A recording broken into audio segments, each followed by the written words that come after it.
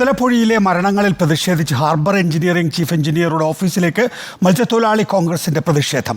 ഓഫീസിലേക്ക് അതിക്രമിച്ചു കയറി പ്രതിഷേധക്കാർ. മുതലപ്പുഴയിൽ അടിയന്തര പരിഹാരം വേണമെന്നാവശ്യപ്പെട്ടാണ് പ്രതിഷേധം. ആദിൽ പാലോട് വിശദാംശങ്ങളുമായി. ആദിൽ, സമരക്കാരിപ്പോൾ എത്തിയിരിക്കുന്നത് ഹാർബറിന്റെ എഞ്ചിനീയറിംഗ് ചീഫ് ഓഫീസിലേക്കാണ്. അതെ, തിരുവനന്തപുരം കമലേശ്വരത്തെ ഹാർബർ എഞ്ചിനീയറിംഗ് വകുപ്പിൻ്റെ ചീഫ് എഞ്ചിനീയറുടെ ഓഫീസിന് മുന്നിലാണ് ഇപ്പോൾ നമ്മൾ ഈ കാണുന്നത്. ഓഫീസിനുള്ളിലെ ഹാളിലാണ് ഇപ്പോൾ പ്രതിഷേധിക്കുന്നത്.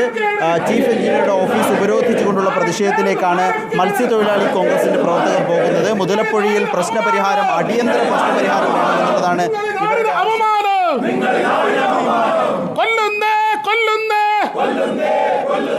മത്സ്യത്തൊഴിലാളിയെ കൊല്ലുന്നേ, മത്സ്യത്തൊഴിലാളിയെ കൊല്ലുന്നേ.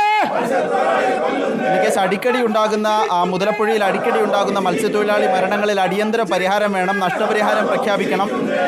ഈ മരണങ്ങളുടെ ഉത്തരവാദിത്തം, ധാർമ്മിക ഉത്തരവാദിത്തം ഏറ്റെടുത്ത് മന്ത്രിയും മുഖ്യമന്ത്രിയും അടക്കമുള്ളവർ രാജിവെക്കണമെന്നതാണ് ഇവരുടെ ആവശ്യം. മത്സ്യത്തൊഴിലാളി കോൺഗ്രസിൻ്റെ നേതാക്കളുണ്ട്. എന്തിനു വേണ്ടിയുള്ള സമരമാണ് നമ്മൾ നടത്തുന്നത്? സമരമാണ് മുതലപ്പുഴയിൽ അതൊരു മരണപ്പുഴയായി മാറി. സർക്കാർ പല വാഗ്ദാനങ്ങളും എന്നല്ലാതെ ഒരു നടപ്പിലാക്കുന്നുമില്ല. അതിൽ പ്രതിഷേധിച്ചാണ് ഈ സമരം. ഇങ്ങനെ ചീഫ് എഞ്ചിനീയറുടെ ഓഫീസ് ഉപരോധിക്കുകയാണ്. മുഴുവനാണ് ഇപ്പോൾ കാണാനില്ല. എന്തൊക്കെയാണ് മുതലപ്പുഴയുമായി ബന്ധപ്പെട്ട് നിങ്ങൾ മുന്നിൽ വെക്കുന്ന ആവശ്യങ്ങൾ എത്രയും പെട്ടെന്ന് മുതലപ്പുഴ ഡ്രഡ്ജ് ചെയ്യുക, മുതലപ്പുഴയുടെ വീതി കൂട്ടുക, അഴിമുഖത്തുള്ള വീതി കൂട്ടുക, മരിച്ച ഞങ്ങളുടെ സഹോദരങ്ങൾക്ക് ഉടൻ 50 ലക്ഷം രൂപ അനുവദിക്കുക. ഇതാണ് ഞങ്ങളുടെ ആവശ്യം. മുതലപ്പുഴി മത്സ്യത്തൊഴിലാളികൾക്ക് മത്സ്യബന്ധനത്തിന് വേണ്ടിയല്ല ഉണ്ടാക്കി വച്ചിരിക്കുന്നത്. മത്സ്യത്തൊഴിലാളികളെ കൊല്ലുവാൻ വേണ്ടിയാണ് ആ മുതലപ്പുഴി ഉണ്ടാക്കി വച്ചിരിക്കുന്നത്. ഇതിനകം തന്നെ 74 മത്സ്യത്തൊഴിലാളികൾ മരണപ്പെട്ടു. പക്ഷേ ഇന്ന് ഇതുവരെ ആ മത്സ്യബന്ധന തുറമുഖമെന്ന് പറയുന്ന മുതലപ്പുഴി മത്സ്യത്തൊഴിലാളികൾക്ക് മത്സ്യബന്ധനത്തിന് അനുയോജ്യമായ രീതിയിൽ ആക്കി തീർക്കുവാൻ ഈ സർക്കാരിന് സാധിക്കുന്നില്ല. ഇവിടെ സമരം തുടരുകയാണോ?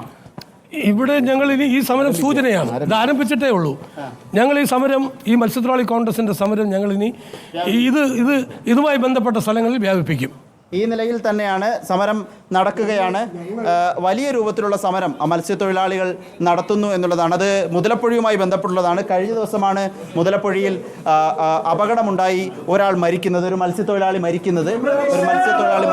അതിൻ്റെ കൂടി ഭാഗമായാണ് സമരം നടത്തുന്നത്. 74 മരണങ്ങൾ ഇതിനോടകം തന്നെ മുതലപ്പുഴയിൽ ഉണ്ടായി എന്നതാണ് മത്സ്യത്തൊഴിലാളികളുടെ കണക്ക്. ഫിഷറീസ് വകുപ്പിൻ്റെ കയ്യിൽ കൃത്യമായ കണക്ക് പോലും ഇല്ല എന്നൊരു പ്രതിസന്ധി കൂടി ഉണ്ട് ഈ സാഹചര്യത്തിൽ.